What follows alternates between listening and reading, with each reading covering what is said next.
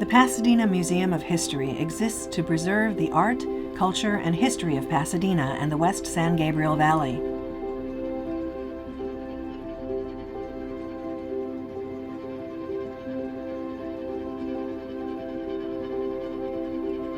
We house the largest existing photographic archive of Pasadena, estimated at 1 million prints and negatives. In 2012, we were awarded a grant that allowed for a preservation study. It was concluded that our current storage situation is not equipped for long-term preservation or archival storage of our massive collection of negatives, some of which are invaluable. The older negatives, estimated in the hundreds of thousands, are deteriorating and off-gassing. The damage is often irreversible.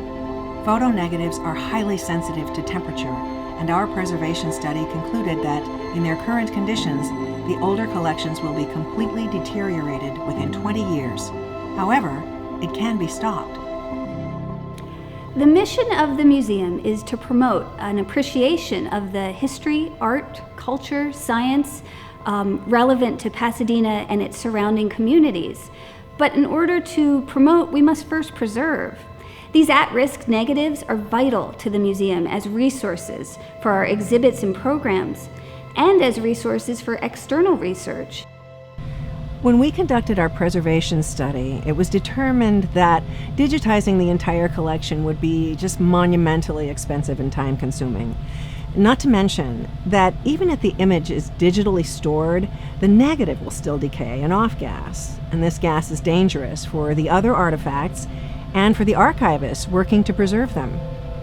And we can preserve them with freezers.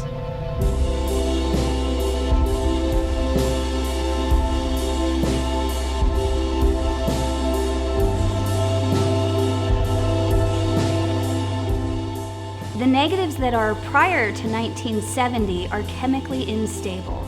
So that means they're breaking down and deteriorating and off-gassing as they do that, and they're taking out other artifacts.